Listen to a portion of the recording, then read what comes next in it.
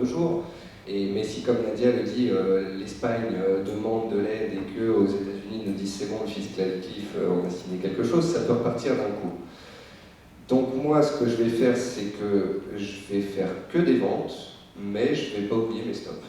Si bonne nouvelle il y a, si signature, si demande d'aide de la Grèce, si fiscal cliff lundi matin, bah, je resterai. Les stops sont là pour ça. Mais en attendant, avec la crise qu'on a, les indices américains qui lâchent, une crise en zone euro qui est loin d'être terminée, je suis quand même beaucoup plus à l'aise à la vente, et c'est ce que j'ai expliqué hier, donc c'est pour ça que je repasse à la vente sur l'euro. Et une autre chose importante que je voulais vous dire, c'est que si l'euro tient les 1,2660, 1,27, que l'Espagne signe de l'aide et qu'on se retrouve à 1,30 très vite, ça veut dire que c'est les soldes, du short à pas cher. Voilà.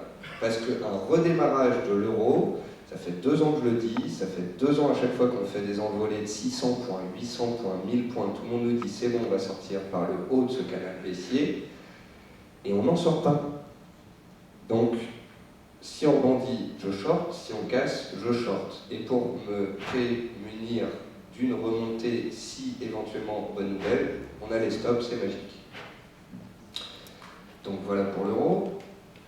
Et ma deuxième stratégie, c'est ma stratégie préférée, et c'est pas une stratégie de court terme, c'est une stratégie de moyen, voire long terme.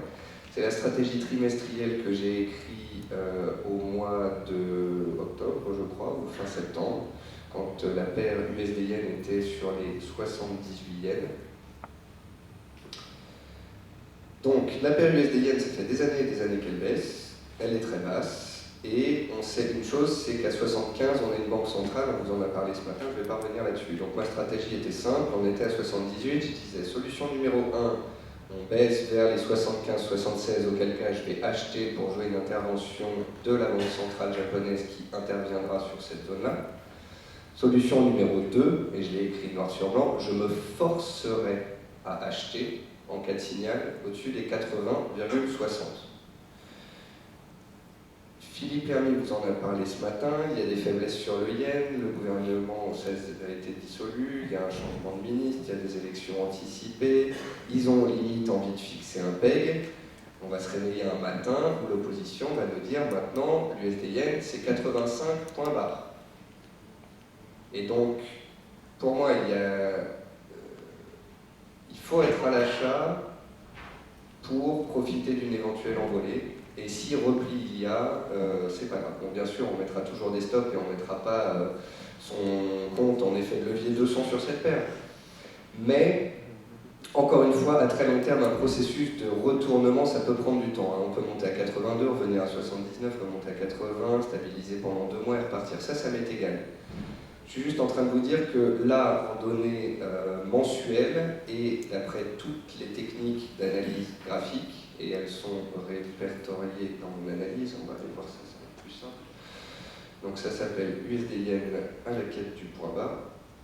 C'est simple, ça veut dire ce que ça veut dire. Alors, à la quête du point bas. Tac. Alors sachez qu'il y a un truc pratique qui va être mis, c'est qu'il y aura une page historique ou archive qui va être ajoutée sur le site, parce qu'il y en a qui voulaient relire des analyses anciennes, etc., qui avaient du mal à les trouver. Donc on va ajouter des historiques. Alors voilà, l'analyse elle est là.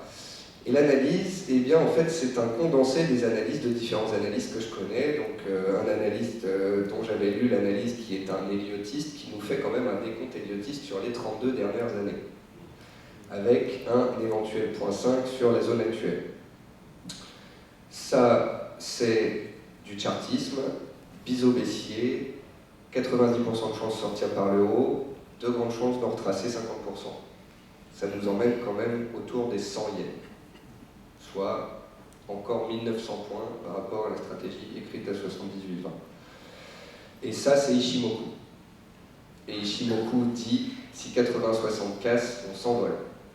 Or, on a cassé 80-60. Donc j'attends de voir lundi, avec la réunion des officiels, avec le gouvernement qui va changer, etc.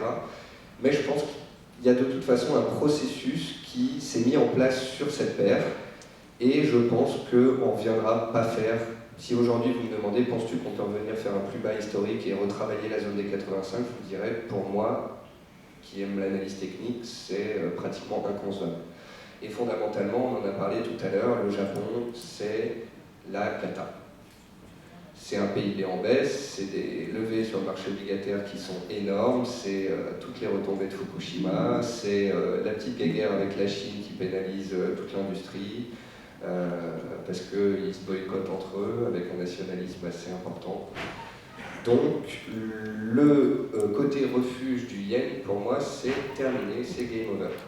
Voilà. Et je pense donc que j'achèterai pas de l'euro contre du yen, ni de la livre contre du yen, puisque je suis baissé sur l'euro, je ne vais pas acheter de l'euro-yen.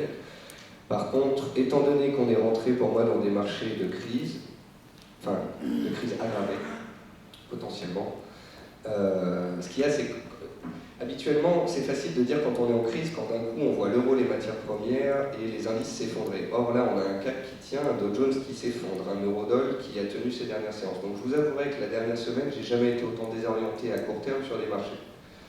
Mais une chose est sûre, on n'y est plus sur les tops. Et ceux qui sont venus à la conférence il y a 6 mois ou il y a 9 mois, le discours, vous le connaissiez. Du Dow Jones, pour moi, au-dessus de 13 000 points, c'est une aberration. Donc autant Nadia voit des prix bas et dit ça c'est des prix bas, il va forcément se passer quelque chose. Moi c'est l'inverse, les prix en haut, je disais voilà, ça c'est, on est en plein American Dream. Donc au-dessus de 13 000, on short. Donc je ne sais pas si on va réussir à stabiliser, si on va avoir un rallye de fin d'année ou autre. Ce que je sais, c'est que l'euro, je vais continuer de le jouer à la baisse. Ah oui, alors ça c'est quelque chose que je voulais vous dire par rapport à toutes les analyses que vous lisez. La petite différence qu'il peut y avoir, c'est que nous, on ne vous dit pas si ça va monter ou si ça va baisser. On le dit de temps en temps. Mais on vous dit, si le marché va là, je sais que je vends. Si le marché va là, je sais que j'achète. Et ça, c'est vraiment très différent par rapport aux analyses que vous pouvez lire au quotidien sur certains sites. Moi, il y a des jours, je vous le dis, le marché, je ne sais absolument pas ce qu'il va faire. Et à la limite, je m'en fiche, je ne suis pas en position. Par contre, je sais qu'un CAC 40 à 3600 points, je le dégomme. Et un CAC sous les 3000, là, on commence à penser au solde.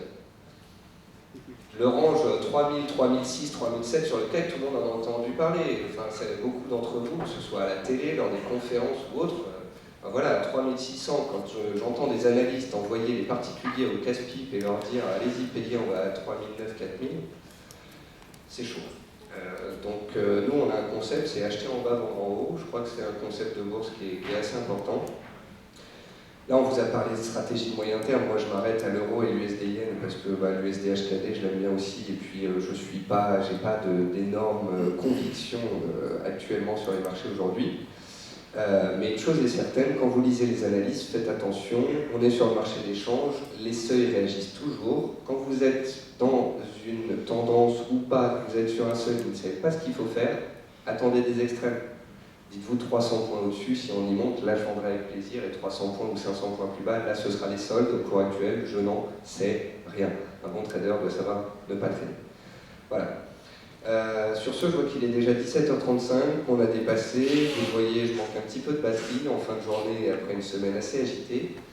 Mais au nom de l'équipe d'EliFX et FXM, je voulais vous remercier à tous d'avoir été présents parce que c'était vraiment très intéressant. On a vu plein de personnes aujourd'hui qui sont venues nous parler. C'était une conférence, j'espère pour vous, réussie.